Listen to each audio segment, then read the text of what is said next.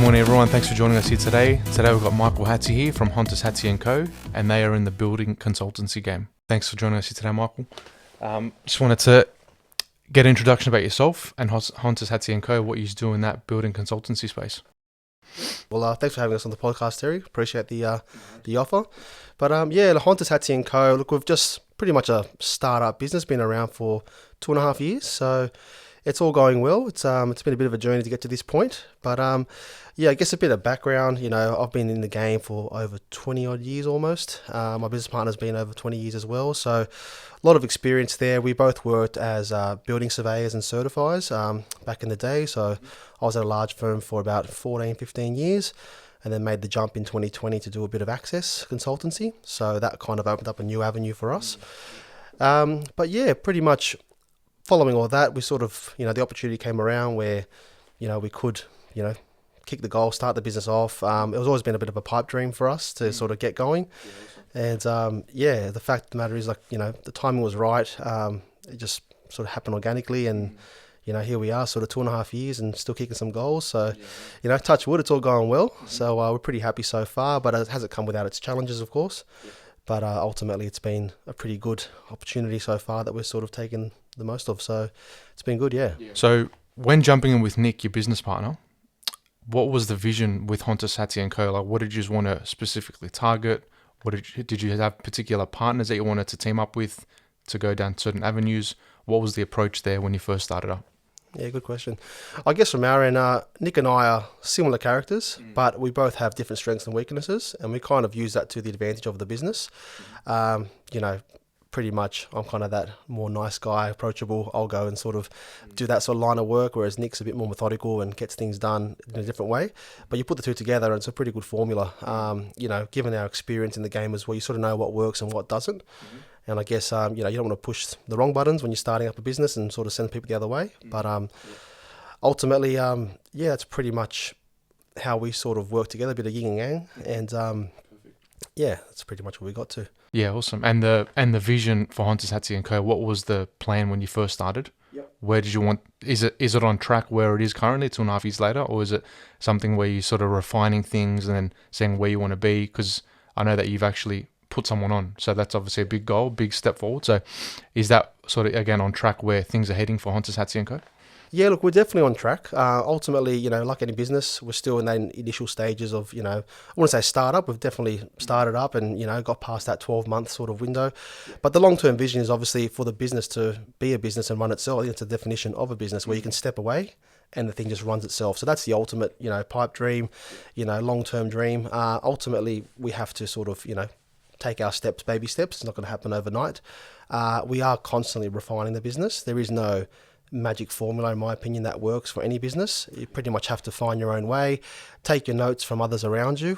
We've learned a lot of lessons from other business owners, business partners, clients, and just using the game, just seeing pretty much what people do right, what people do wrong, and trying to apply that to our business. And I guess that's the vision, pretty much, to take those baby steps. Don't bite off too much, up front. Stick to your strengths. That's kind of one of our key sort of core focuses. Don't sort of grab whatever job sort of comes your way. That's a bit of a challenge for a new business. You sort of just take the opportunities that come up. Not to say that's wrong, but pretty much we were very targeted, very focused on certain sectors of the industry. And, the thought process was, if we take our time away from another sector, we're not focusing on where we want to be. And that's going to pretty much not lead us to where we want to be ultimately for the lifetime of the business and the pretty much the strategy. So So just on what you were saying then as well, again, identifying the right opportunities. What's your view on, because I know a lot of business owners and a lot of advice that's been given to me when I started up my company, Soda Group Electrical, a lot of people would say, just say yes to everything, then work it out later. Yep. What's your take on that? So it's always a challenge not saying yes, especially for a startup, because you're always wondering where that next job's going to come from. You're nervous, you're anxious, you're doubting yourself a little bit, and therefore you will take anything and everything. Again, not to say that's wrong. Sometimes in different sectors, different industries, you do need to take whatever comes your way. Some people don't have the luxury of, that opportunity. We were quite fortunate. We had a few things that were from the start, we had a few runs on the board that could just steamroll us into, the first few months of our business. So that was very opportunistic for us, and we made the most of it. But I guess some of the key points or the key lessons is, doing your homework up front of what sort of industries you want to target, what sectors you want to target, your clientele, are they real clients or just, pipe dream clients?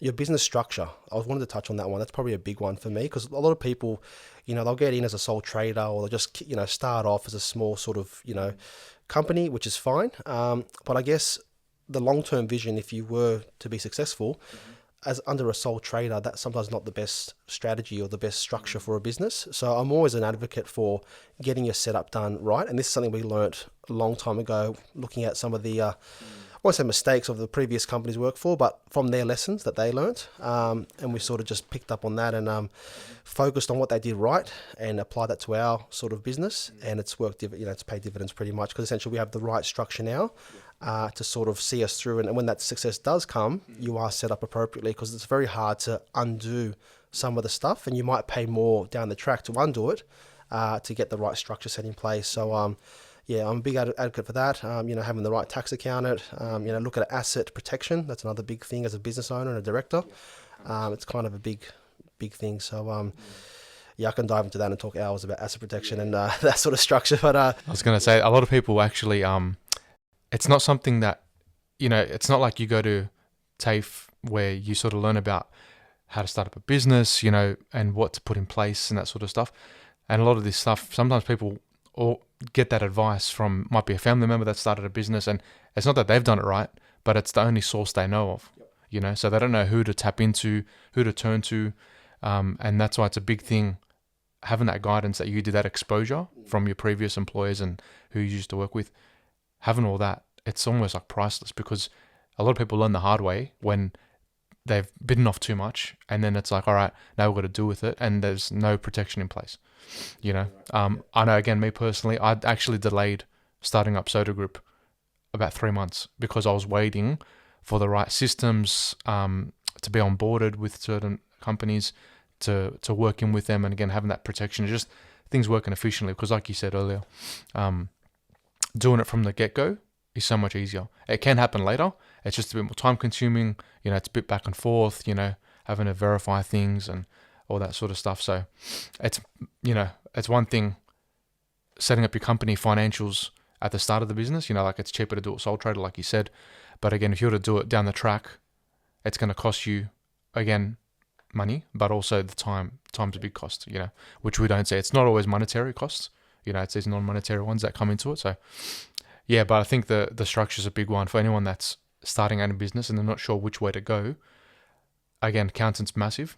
Accountant, I think, is huge, because they'll, just work out what you're looking to do with the business. Okay, and if you're looking to do that, maybe a trust is better for you, or maybe a company, So there's so many different setups you can do. And I know that your Hontas Hatzi Co, you guys have a trust set up so that you have that extra protection, because there's so much liability that hangs over your heads as consultants, and the whole certifier game is huge with liability. So what do you think for people that aren't certifiers, do you think it's still recommended to do the trust, just so you got that peace of mind, moving into any risk that you may be working in? Like, look, it's I guess definitely take advice from your legal and sort of tax professionals on that sort of front, because every sector is a little bit different. I'm not to say you have to have a family trust with a corporate trading part, like an entity up top, like a parent company, and then your trading company. But just our real life example is we do have a trust up top. We have a trading company down the bottom, and a parent company in between that sort of divvy up certain things. Now that's to do with, obviously, mitigating risk and liability, issues. Also sending through, we can distribute dividends through the family trusts. So there's all those benefits as well. But again, look, they do come with a cost of signing up. So sometimes that cost is daunting, because you are setting up essentially 3 companies. So they're all separate entities.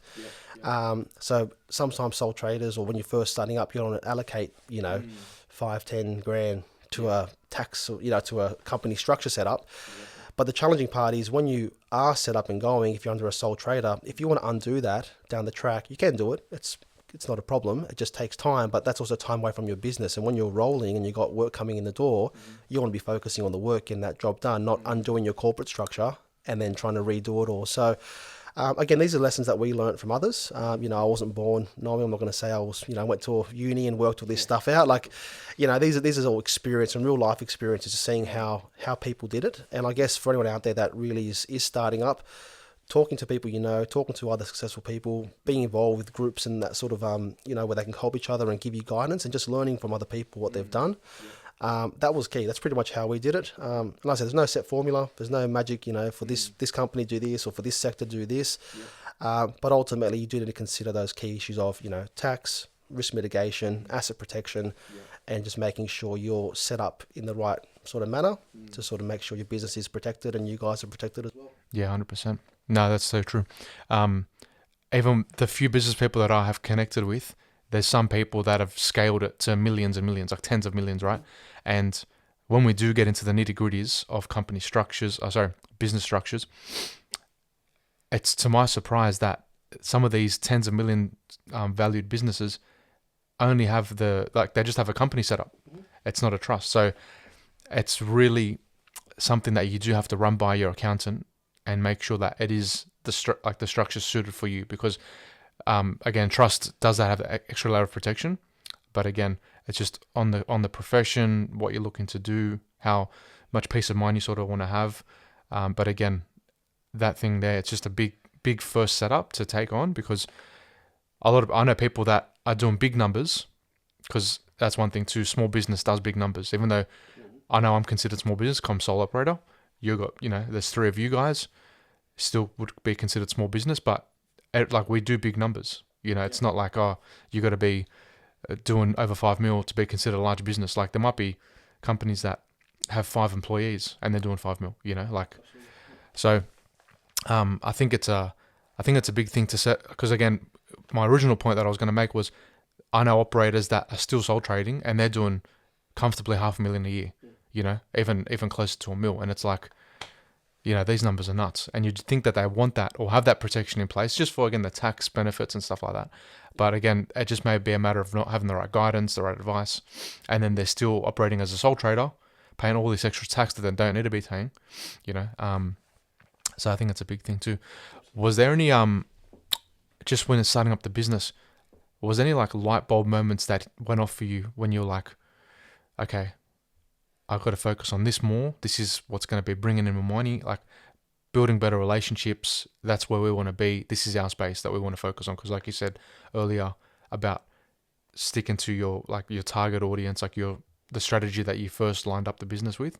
Yep. Was there a light bulb moment that sort of went off maybe after a year in business, or maybe 6 months, or whatever it may be? Or was there that moment for you guys? Look, for me, there was definitely a light bulb moment before we started. So I'd always worked 14 and a half years in the bigger sort of side of things, bigger firms, seeing how they have their big systems in place, a lot of people, a lot of employees. And that was always daunting, because essentially I was like, how am I going to do this? How am I going to start up? You need to have all these people. I need a whole team to essentially start up. I'm like, I can't afford to have, 5 employees from the get-go. We're not, So that was always a challenge, and it actually sort of stopped me from doing it earlier, to be honest, because I was always sort of, had my doubts about how I would do it. I was also on a comfortable wicket. So when you've got a comfortable wicket, you've got your doubts of, you've only seen how one business does it, and it all looked a bit too hard. That prevented me from sort of starting up. But when I made the shift over to Access in 2020, and I saw how a smaller business did it, still had good systems in place, good corporate structure, but I saw on a smaller scale how it can be done, and can be done on a much tighter budget in terms of your initial startup costs. That was a huge light bulb moment for me, because I just went, hang on, I can actually do this. This is not as big of a deal that I thought it would be. Yeah. I had my backup plan. I had an exit strategy if it all sort of turned pear-shaped. I allowed pretty much for 12 months of losses. That was my initial thing to sort of say, when I started up, allow for nothing to happen in 12 months. Obviously, you want something to happen, but I had just those funds in there just to sort of make sure I was backed up. And then if it all completely didn't work out, there's an exit strategy and what that looked like. Because again, at my age, you've got a young family, you've got, a mortgage. It's hard to go into business without a proper plan.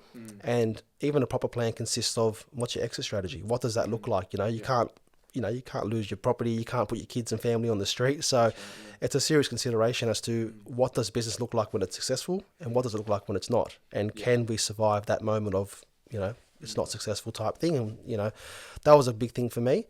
But the light bulb moment was just seeing how two different businesses did it in my sector. The big guys, the small guys, taking the pros from both and essentially applying that to what we did. And that was kind of our light bulb moment. Well, at least for me, that was a huge one. Whilst the business was rolling, I guess I wouldn't say light bulb moments, but sticking to your strengths. That was always a challenge. But ultimately, that was pretty much the key, is just focus on your target audience. Make sure you're servicing the clients that, you want to keep on your books, and go above and beyond. Like, people appreciate the personal connection as well. They want to talk to, not necessarily the bosses. You don't have to always be the boss. You can always be someone, but they want to talk to someone in the know that respects their position, that obviously wants to help out, and just being really helpful. And that's kind of, pick up your phone. That's kind of my actually thing, honestly, pick up your phone. A lot of complaints that we hear amongst other people is, we can't get in contact with X, Y, and Z. That was huge for us. And people just saying, oh, you guys answer the phone. That's good. That was pretty much half our work from the get-go, So just being, that's pretty much it for me. Like, yeah, exactly. I know from my experience, a big thing is people buy from people, So even though the way things are moving with automation and AI, it's great because efficiencies, you can clean up your efficiencies and, really cut costs in that sense. But in saying that, people love and appreciate that authentic, genuine feel of, dealing with a human and just having that personal advice. Even like, if it's you got an internet outage and you call up Optus and it's you get so many prompts before you actually get to speak to a person, maybe like 7-8 minutes before that happens. Like, I can't imagine how frustrating that is when, you got a builder or someone on the other end, a developer, trying to get a hold of you guys. And it's like, they've tried calling, messaging, emails, and it's like, they just get ghosted until the next Monday. It must be so frustrating. But I think knowing how you are as well, like personally, I know that you would definitely go down that path, and there pretty much was no other option of making sure systems are in place, making sure you're just taking off on the right foot, because like we touched on earlier, it's just so much undoing and then redoing again. So I think it's super important, and making sure a lot of people want to try and work it out themselves and do it themselves. But for me, it's like people have done it and they're doing it well. So it's as easy as mimicking what they've got to do. The only difference is putting your image, your logo, your branding on it, having your personal touch. But in saying that, it's not like anyone's, reinventing the wheel and saying like, oh, we've got to do this better and we've got to have this system that's a bit different. The systems that are in place, like whether it's templates, like just making things quick, it's all those basic stuff that people will still, be working out of a handwritten journal. Like, I don't know who's doing that. Those days are gone. Yeah, but it's like people that are doing that, they've really got to just look back and be like, all right, how can we improve this? Because the people that aren't picking up their act and their efficiencies and their operations and stuff in business, they're just going to be either priced out, left behind, because people that are ahead of the game on the front foot, that are implementing and, incorporating these new AI systems and just better systems, doesn't have to necessarily be AI, just stuff that makes things quicker, cutting costs. They can all see that, they can pass that discount on to the client. And in turn, you're going to see, more conversions, you're going to see more of, team expansion, you're going to see all that coming through because you as an operator are just on the front foot and you're like keeping ahead of it. And just by doing that, again, you're just staying ahead of the next person, in the game. So, well, that flows to the next thing too, scaling. Business scaling is huge. And if you don't have the right system set up, so for me, it's corporate structure, get it done right from the start, get your accounting stuff all sorted to make sure your accounts are sorted, and then pretty much your systems after that allow you to grow. Because if you don't have the right system in place or the right corporate structure, you're always going to be capped or you're going to be undoing things. And when I say grow, it's not just grow as the business and grow, individually type thing, but when you bring employees on, they got to know what to do. If you don't have a system of like, this is how our things work and this is what we do, you can't sort of say, here's the notebook and just start writing down your jobs in the notebook. It's pretty much got to be a system that you can show a flow chart of, this is how we do a fee proposal. This is how we, quote things up. This is how we create a job. All that stuff is basic things, really, but a lot of businesses don't have that sort of 101 stuff down pat. And then if you do want to scale, you're sort of chasing your tail. You're like, oh, what do we do now? Like, how do I teach this employee how to do X, Y, Z? I've just done it off my iPhone or whatever it is. So, that's kind of a big thing. I think one thing that I remember hearing someone say as well, they go, we can describe the difference between big and small business with one word. And they said just that was the word systems. Yeah. Because again, small business that aren't keeping up with it and implementing these things, they're just limiting their growth. There's only so many hours in the day. There's only so fast they can do things.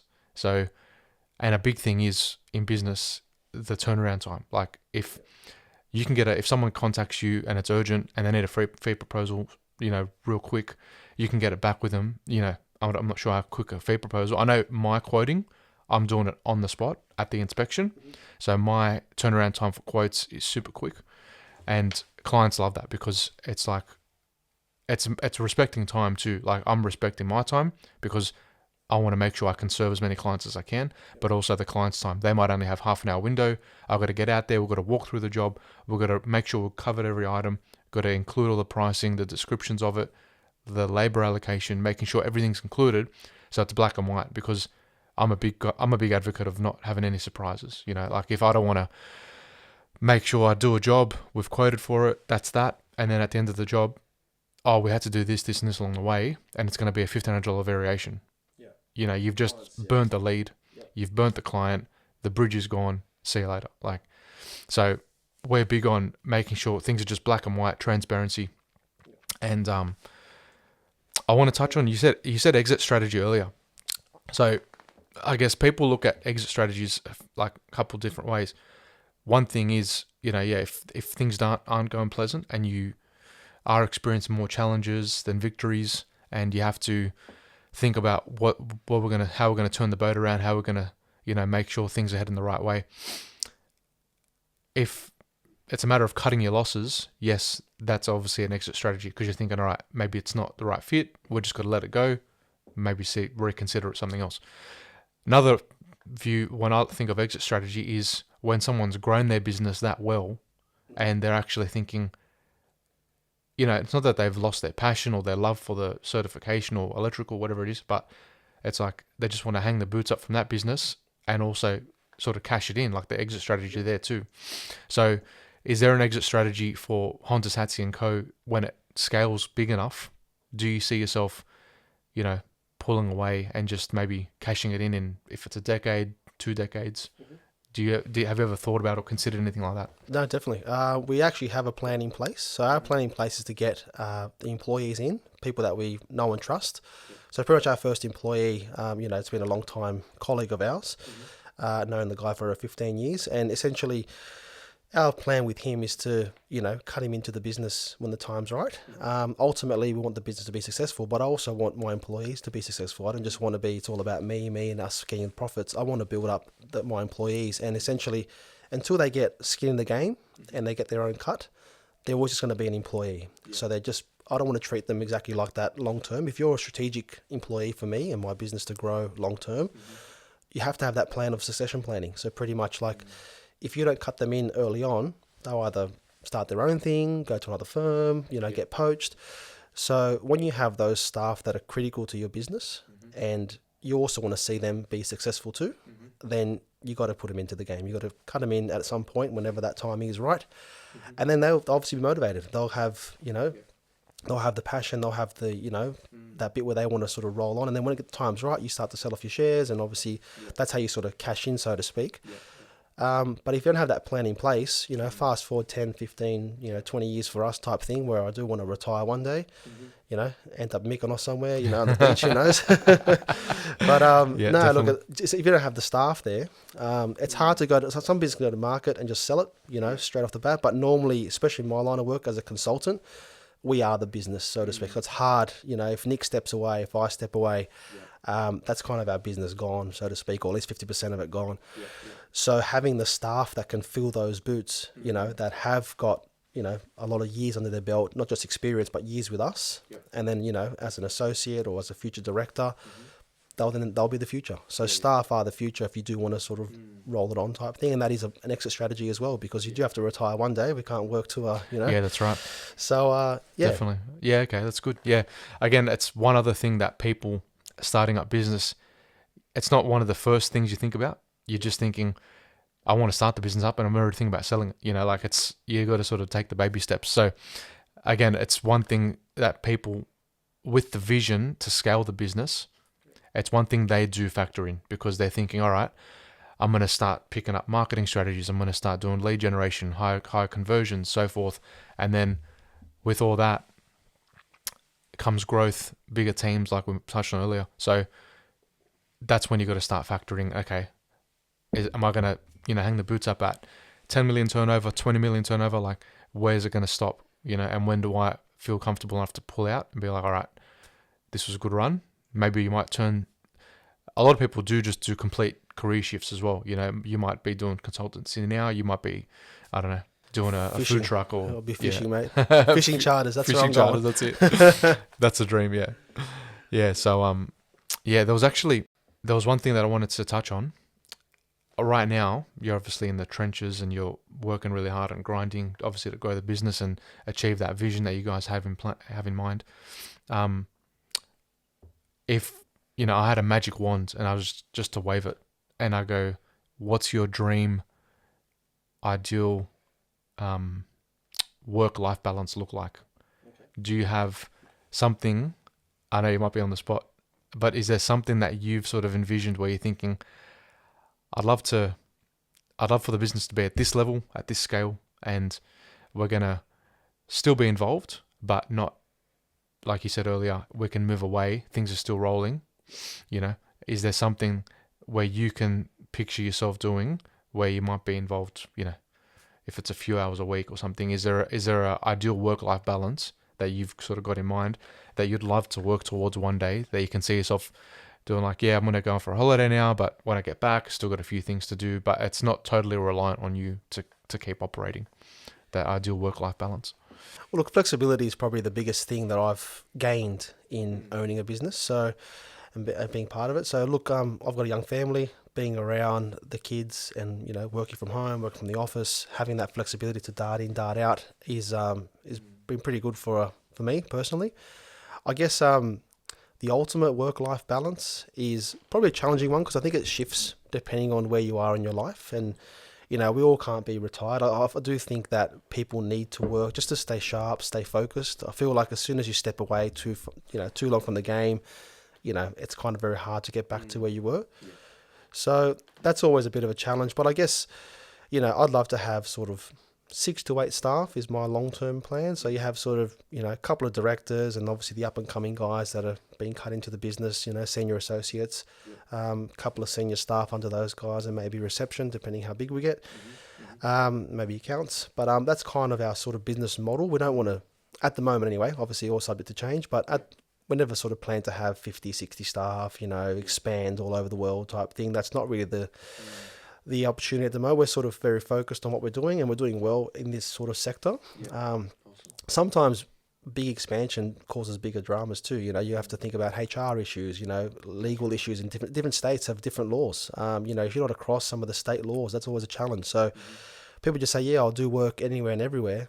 That's all good and well, but you got to know what you're doing. Does your insurance cover, policy cover you? I know with some of the stuff we can't do certain things on our insurance policy. And that's fine, because it's things that we don't want to do. Yeah. But if you were to dabble in that space for whatever reason, all of a sudden you're not covered. So, ultimately, flexibility is key. There's probably no magic formula in terms of 20 hours a week in the office, 20 from home or whatever it is.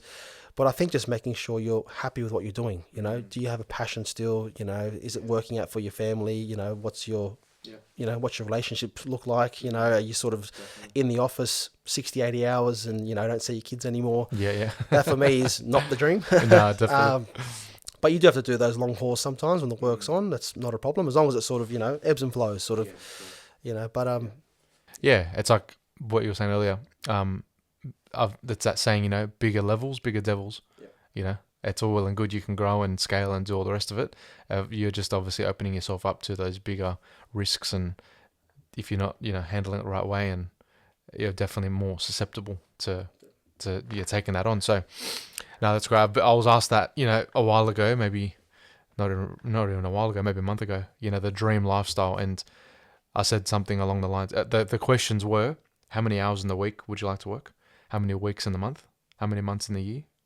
Right? Yeah. So that was why my thing was like 3 hours a day, 4 days a week, 3 weeks a month, and like 8 months a year or something. So I'm still involved and, making sure, keeping my finger on the pulse. But in saying that, knowing if I'm getting to that point, I've well and truly done the hard yards to, be entitled to be able to step back and ensure that things are still flowing, consistency is still there, still quality of service is there, dealing with clients the right way.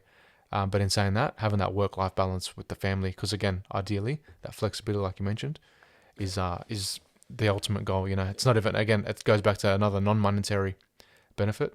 Flexibility is just great. Well, I'd love to chase the summers. That's my ultimate dream. Summer in Europe, summer here. Why not? Just obviously kids going through school might be a bit of a challenge for that one. But if we can, do a holiday every year, go to, in June, July, go to Europe or somewhere hot, avoid the winter a bit. That'll be a really good dream. If that's possible. So. Okay, cool. And if there's any advice you had for someone that's starting up, looking to start up in business, what's like a main piece that you'd get them to really consider and take on? Look, I heard a line the other day, funny enough, good old Facebook Reels. You won't hit a home run unless you swing. So pretty much you're never going to get anything unless you start. That self-doubt is always going to be there as a startup company. You got to back yourself, be confident, do your planning, do your homework, get your systems in place, get your structure in place, do that legwork. If you do it properly, you at least give yourself the best possible chance to make the business successful.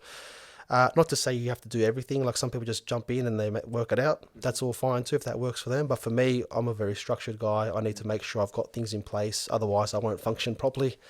And even, down the track things, what is the exit strategy? What is the plan when we get an employee? Even just having the information, like how do you send a contract to the employee? We have to you got to get that stuff. So all that stuff's quite critical. But yeah, if you don't start, you never will. And you never know what opportunities will come your way. That's kind of been the biggest thing for me. The most humbling experience, honestly, has been opportunities that you thought otherwise wouldn't come your way have come. And that's sort of been a real eye-opener. It's been like, well, okay, we must be doing something right because, there's big fish out there that are considering a small firm. So, that was really good for us. So no, that's really good, Michael. Well, for people listening, where can they find Hontas Hatzi Co if they wish to engage you guys in your services, for their developments or? Yep. I guess the most simple will be our website or LinkedIn. We're obviously just type in Hontas Hatzi Co and we'll pop up. And your personal names as well? Would it still be? Yeah, if you Google Nick Hontas or Michael Hatzi, you'll come up. So we're all there. The best possible ways, email, info@hontashatzi.com.au. That's probably the best way to get in contact. Our personal emails are there too, but, we can obviously send that out later in our mobiles. But, we're very personal. So call, email, we'll be in touch. Yeah, awesome. All right. Well, thanks so much, Michael, for joining us. Really good to have you on. And we'll look forward to maybe part 2 of this episode.